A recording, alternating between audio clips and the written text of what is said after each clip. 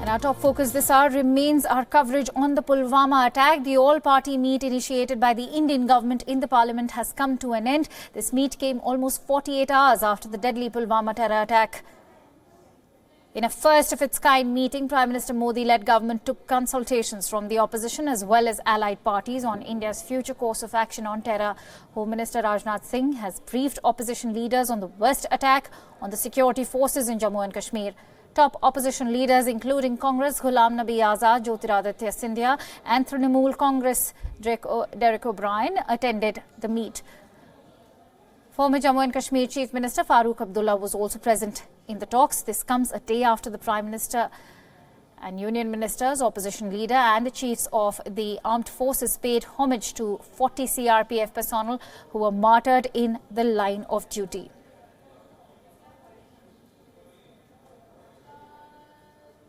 Meanwhile, a team of National Investigation Agency has reached the site of Pulwama attack for further investigation. And to bring us more details on this news story, I'm joined in by our political editor Kartikeya Sharma, who joins us on the phone line. Kartikeya, this all-party meeting today over the Pulwama attack has been the first of its kind, called by the ruling NDA under the Prime Ministership of Narendra Modi. What can we expect finally to emerge out of this meeting? Right, so this is the latest that we are getting in following the Pulwama attack, almost 48 hours after the deadly attack on the CRPF Jawans, from which 40 Jawans lost their lives. The all-party meeting has finally taken place by the Indian government in the parliament and it has come to an end.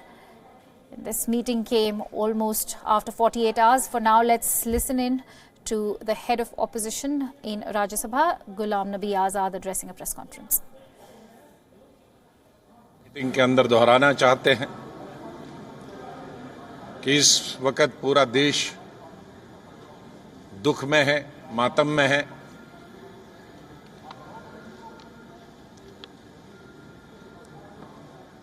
आक्रोशित है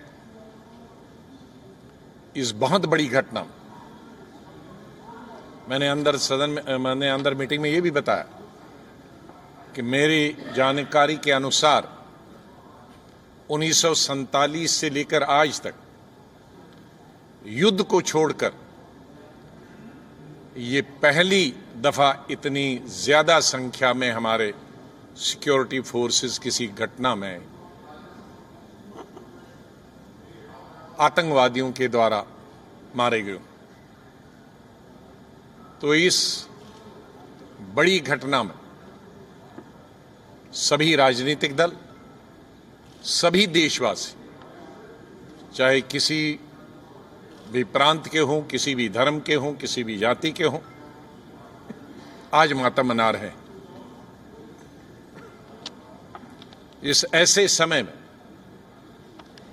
हमारी party ने यह तय किया है, हमारे कांग्रेस अध्यक्ष ने और पूरी पार्टी ने यह तय किया है कि हम इस वक्त अपनी सिक्योरिटी फोर्सेस के साथ, आर्मी के साथ, बीएसएफ के साथ, सीआरपी के साथ, सीआरपीएफ के साथ और जो लोकल पुलिस जम्मू कश्मीर में सिक्योरिटी फोर्सेस के साथ कंधे से कंधा मिलाकर लड़ रही है आतंकवाद के खिलाफ, हम उनके साथ इस वक्त खड़े रहेंगे, मजबूती के साथ खड़े रहेंगे। पूरा देश खड़ा रहेगा, हमारी पार्टी खड़ी रहेगी। और हमने ये भी तय किया कि सरकार के साथ हमारे बहुत विशेष विषयों पे मतभेद हैं, मतभेद रहेंगे, लेकिन आज के इस वक्त में हम देश की एकता के लिए, देश की अखंडता के लिए, देश की सुरक्षा के लिए, जनता की सुरक्षा के लिए, सिक्योरिटी फोर्सेस की सुरक्षा के लिए हम सरकार के साथ खड़े रहेंगे। आतंकवाद को खत्म करने के लिए हमारा पूरा समर्थन रहेगा। देश की एकता और अखंडता को अक्षुण्ण रखने के लिए सरकार को हमारा समर्थन रहेगा।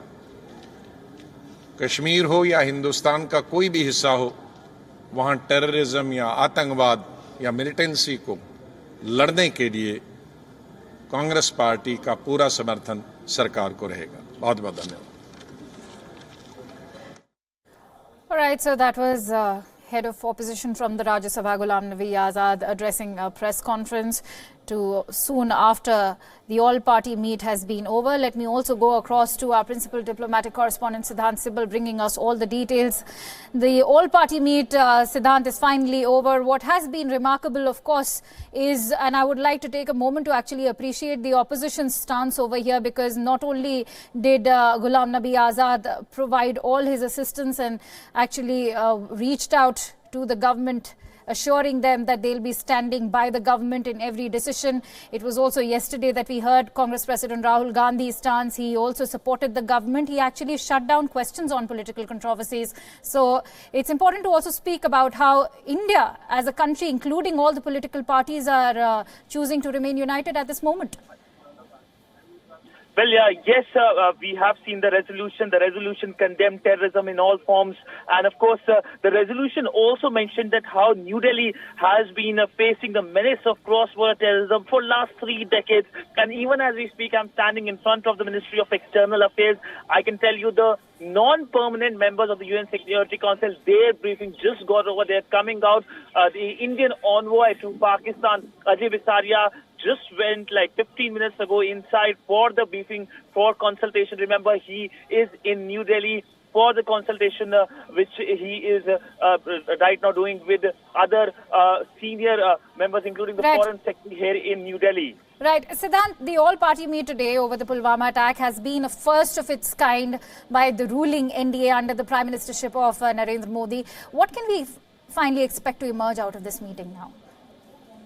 Well, the meeting is over. The resolution has been passed. The basic aim of this meeting was that the country is speaking in one voice, in a united voice, cutting across party lines. Yes, if you look at a democratic polity, there are, of course, various voices. But when it comes to the issue of terrorism, the focus is that everyone speaks in one voice, and everyone has been speaking in one voice. We saw how Rahul Gandhi and the former Prime Minister had a briefing yesterday, press meeting, and they, of course, spoke about the issue of terrorism. And, of course, Prime Minister has been speaking in last 24 hours. We have seen Prime Minister saying that Pulwama will be avenged. So that is the focus, and that is why this all-party meeting happened. There will be more briefings also, especially when it comes to envoys.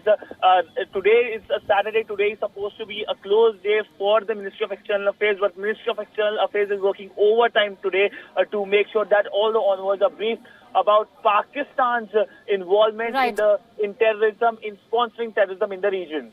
Briefing the envoys, of course, indeed a very important action to be taken by the Ministry of Foreign Affairs at the moment. Siddhant, it's also important to address the loopholes in the system that we are looking at, because despite an intel input coming in from the J&K police, there was, whatever you may call it, an SOP failure or an intelligence failure. What sort of strategy is India looking to adopt now?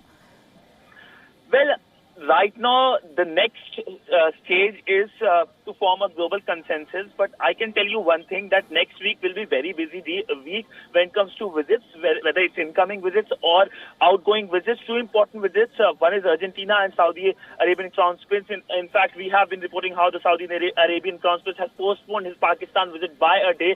And there will be one outgoing visit. The Indian Prime Minister Narendra Modi will be going to South Korea. But towards the end of February, we do expect a major action when it comes to Pakistan, because we have heard what Prime Minister has said, that we will avenge Pulwama, and Pakistan has committed a grave mistake which is unpardonable. So we do expect a pretty strong reaction by New Delhi in the next 15 days, a strong reaction to give a strong message to Islamabad, because Islamabad has been given a lot of messages ever since Uri has happened. Diplomatic isolation, talks can't go together.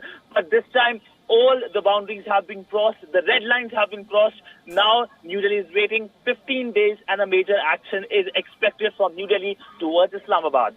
All right. So, a major action expected in a fortnight's time. Lastly, Siddhant, the Indian government, as you spoke of diplomatic isolation of Pakistan, the Indian government has moved quite swiftly to isolate Pakistan with its outreach to even the P5 nations in the UN. Tell us more about that. Well, when it comes to the P5 nations, the P5 nations were briefed yesterday. 25 envoys were briefed yesterday, which includes South Korea, Japan, Germany, all the P5, the South Asian envoys, barring, of course, Pakistan. Today, the African ambassadors were briefed. The ASEAN ambassadors were briefed. On sources, I'm telling you, we spoke to some of these ambassadors who, after the briefing came out, they told us that this time it's way above just the press releases. This time, a strong action is expected. They, of course, they have the privilege. They can't tell you more than these are privileged conversations. So obviously they can't tell what exactly happened, but they hinted at a strong reaction from the Indian side. Right now, India is making sure the diplomatic part of the Indian effort is being made sure that it's a strong response. The next reaction will be at a different level. All right, so it is a strong response that we can expect coming in from India.